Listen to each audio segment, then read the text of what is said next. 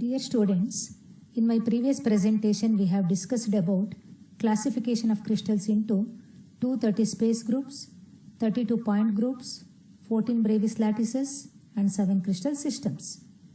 Also we have discussed important characteristics of cubic unit cells. Now in this presentation I am going to explain Miller indices, and this presentation includes Bragg's planes, Miller indices, writing Miller indices for Bragg's planes, and finally drawing Bragg's plane for given Miller indices.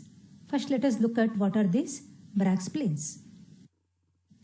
Crystal lattice, that is space lattice, can be imagined to be made up of set of parallel equidistant planes which have larger concentration of atoms or molecules at the lattice sites. Now these planes are known as lattice planes or Bragg's planes. Now here a three-dimensional space lattice can be imagined to be made up of set of two-dimensional parallel equidistant planes. Now these planes are called as Bragg's planes. The condition is these planes should include all the lattice points of the space lattice. Then only the planes are called as Bragg's planes. Now in order to understand these Bragg's planes, let us consider as a space group as an example. Consider a three-dimensional space group as shown in the slide. Now you have to imagine this as a three-dimensional space lattice. Now I can draw a set of parallel equidistant planes so that these planes will include all the lattice points, and this can be done in number of ways, and I'm going to draw the planes which are perpendicular to the plane of the slide. Therefore these planes are shown as straight lines. Now look at the second figure, now in which I have written three set of parallel equidistant planes. Therefore here all the three set of parallel equidistant planes are called as Bragg's planes, and therefore you can write in any direction. The condition is the Bragg's plane should not leave any lattice point of the space lattice.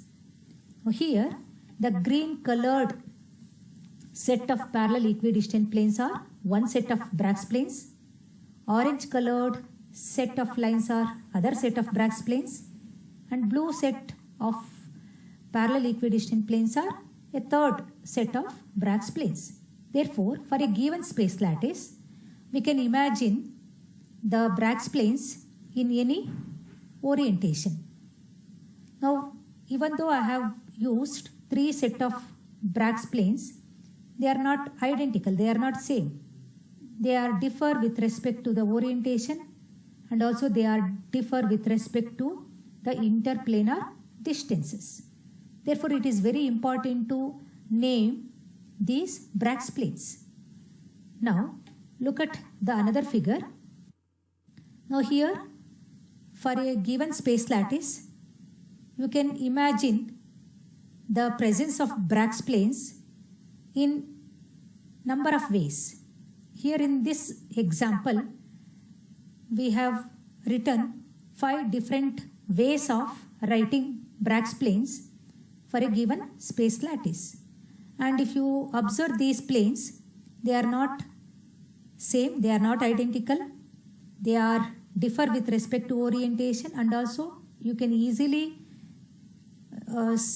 see from the figure the space between the planes in different sets are different. Therefore the designation or naming these Bragg's planes is very important in order to determine the crystal structure. Therefore the scientist by name Miller, he suggested a method in order to designate a set of parallel planes in terms of 3 integers and these integers are called as Miller indices, and these three integers are represented by H, K and L. And this is the photo of Miller, who gave an idea of naming or designating Bragg's planes with the help of three integers. Now let us see what is the definition for Miller indices. Miller indices of a plane, which is represented by HKL, are nothing but they are the reciprocals of the distances from the origin at which a given plane intersects the three axes. Now this is the definition of Miller indices. Now let us look at the procedure of writing Miller indices. Now first, we have to note down the intercepts of the plane. The intercepts are denoted by XYZ along the three crystallographic axes in terms of lattice constant A, B and C. Now in the first step, what we are supposed to do? Now you will be having a space lattice and you have to fix a three axis, crystallographic axis, and if there is a plane, now the plane will intersect the three crystallographic axes at certain points, and therefore the coordinates of the plane will be X, Y and Z. Now you have to identify the intercepts along X, Y and Z directions, and you have to express these intercepts in terms of the respective lattice constants. After this, you have to divide these intercepts by the appropriate lattice constants. The x-intercept is divided by A, y-intercept is divided by B, and z-intercept is divided by C. After dividing, now we have to take the reciprocal of these intercepts. The reciprocal of these intercepts, if they are integers, then those reciprocals are nothing but the Miller indices. Suppose if we end up with fraction, then you have to do one more step. That is, we have to reduce these reciprocals to the smallest set of integral numbers by multiplying the reciprocals by the LCM of their denominators. And if suppose the reciprocals are in fractions, then we have to multiply each reciprocal by the LCM of the denominator. Then finally we will obtain three integers, a set of three integers. Now this set of three integers is called as Miller indices, and we have to write these three integers inside a parenthesis, and they are represented in general as HKL. HKL are nothing but smallest set of three integral numbers, and these three numbers are called as Miller indices of the plane. If you consider different plane, you are going to get different Miller indices. Therefore, a Bragg's plane is, every Bragg plane is having its own Miller indices. Okay. Now let us understand the steps of writing Miller indices. Suppose the intercepts of a plane is like this. X-intercept is P times A, Y-intercept is Q times B, and Z-intercept is R times C, where P, Q, R are nothing but some integers, and A, B, C are nothing but the lattice constants. Now in the first step, you have to find out the three intercepts, and in the next step, now what we are supposed to do? You have to divide the intercepts by the respective lattice constants. Therefore, x-intercept is divided by A, y-intercept should be divided by B, and z-intercept should be divided by C. Then we will end up with three integers, P, Q and R. Now these three integers are taken reciprocal. You have to take the reciprocal of these integers. Okay. Now the reciprocals are like this: 1 by p, 1 by q and 1 by r. If these reciprocals are integers, then they are nothing but the Miller indices. If these reciprocals are in the form of factors, then what we are supposed to do? You have to take the LCM of the denominators and you have to multiply each and every reciprocal by the LCM. And finally, we will obtain the Miller indices for a particular plane. Okay. Now let us represent how you have converted the intercepts into Miller indices. Now this is how you can write the Miller indices. HKL is nothing but the reciprocal of the intercepts. Okay. And if you know the XYZ intercepts, you can easily find out the Miller indices by using this particular formula. Or if you want to find out the intercepts with the help of Miller indices, now you can use this formula. Okay. Now let us write Miller indices for the plane which is highlighted by the yellow color in the figure.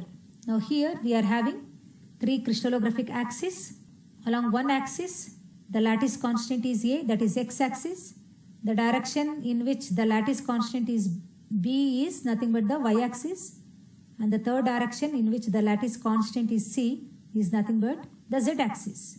Now here we are having a plane. Now let us follow the steps of writing Miller indices. In first step, you have to find out the intercepts. And here the intercept along three directions are 3 times A, 2 times B and 2 times C. Then what we have to do in the next step? You have to divide these intercepts by the appropriate lattice constants. That is 3A is divided by A, 2B should be divided by B and 2C should be divided by C. Then we will left with 3, 2, 2. And according to the procedure, the next step is you have to take the reciprocal. That means 1 by 3, 1 by 2 and 1 by 2. Okay.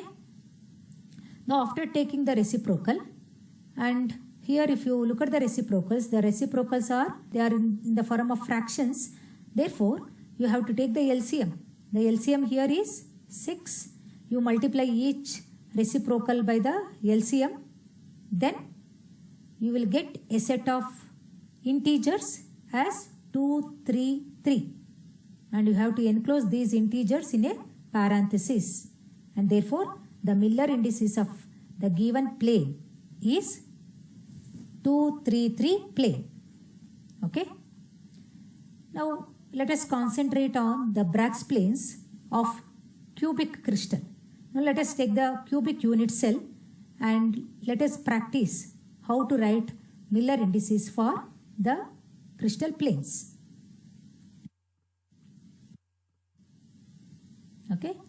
Now therefore the Miller indices here is 1, 0, 0. Now let us consider the next example. Now here you have to write the Miller indices for again the red colored plane. You identify the intercepts. Now in this case the plane is intersecting x-axis at 1A and y-axis at again 1A, but the plane is parallel to z-axis. Therefore intersect is infinity times A. If you follow the procedure, if you follow the steps, then you will end up with the Miller indices of this highlighted plane is 1, 1, 0. Okay. Let us consider the next example. Now in this case, the highlighted red colored plane is intersecting all the three crystallographic axes at the corners. Therefore, the intercepts are 1A, 1A, 1A. And if you follow the steps of the procedure of writing Miller indices, you will end up with the Miller indices of the plane in this case is 1, 1, 1. Okay. Let us practice writing Miller indices by taking more examples. Now, in this case, what is the x-intercept? Now the plane is intersecting x-axis at the middle of the edge. Therefore, x-intercept is of A. X-intercept is of A, whereas z and y-intercepts are infinity A and infinity A. Now divide by the lattice constant, then we will obtain of infinity infinity. Take the reciprocal, 2, 0, 0. Therefore, Miller indices of this plane is 2, 0, 0. We call this plane as 2, 0, 0 plane. Now, in this case, the plane is passing through the origin, and in such cases, you cannot able to write the Miller indices. And if you want to write the Miller indices for a plane which is passing through the origin, you have to shift the origin to some other lattice point.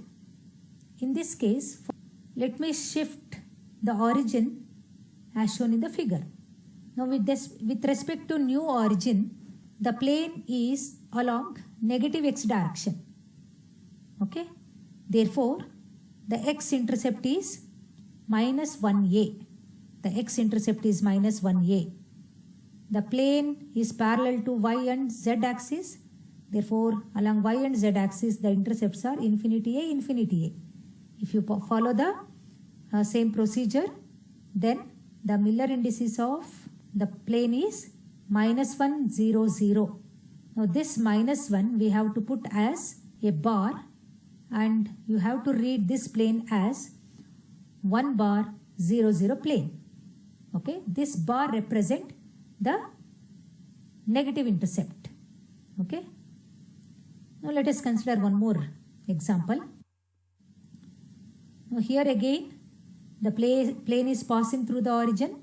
Therefore, you have to shift the origin to some other appropriate, convenient corner. Now, look at the figure. We have shifted the origin as shown in the figure.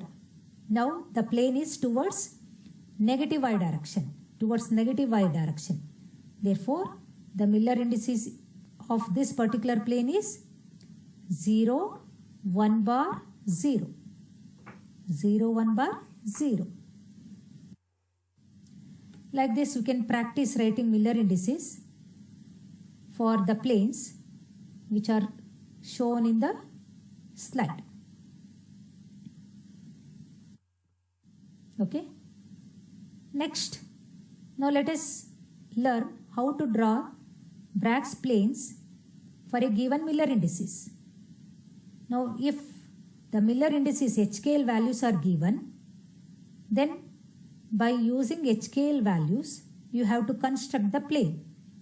To draw plane, you need the values of XYZ intercepts. Now, how to calculate XYZ intercepts? Now, that is done with the help of the formula shown in the slide. As an example, let us draw Bragg plane whose Miller indices are 3, 2, 1. That is here H is 3, K is 2 and L is 1. Now, to draw the plane for these Miller indices, you have to find out X, Y, Z intercepts. Now, substitute the values of HKL in the given formula. That means x-intercept is a by 3, y-intercept is b by 2 and z-intercept is c by 1. Therefore, the plane looks as shown in the figure. Okay, along x direction, the intercept is a by 3. Along y direction, the intercept is b by 2.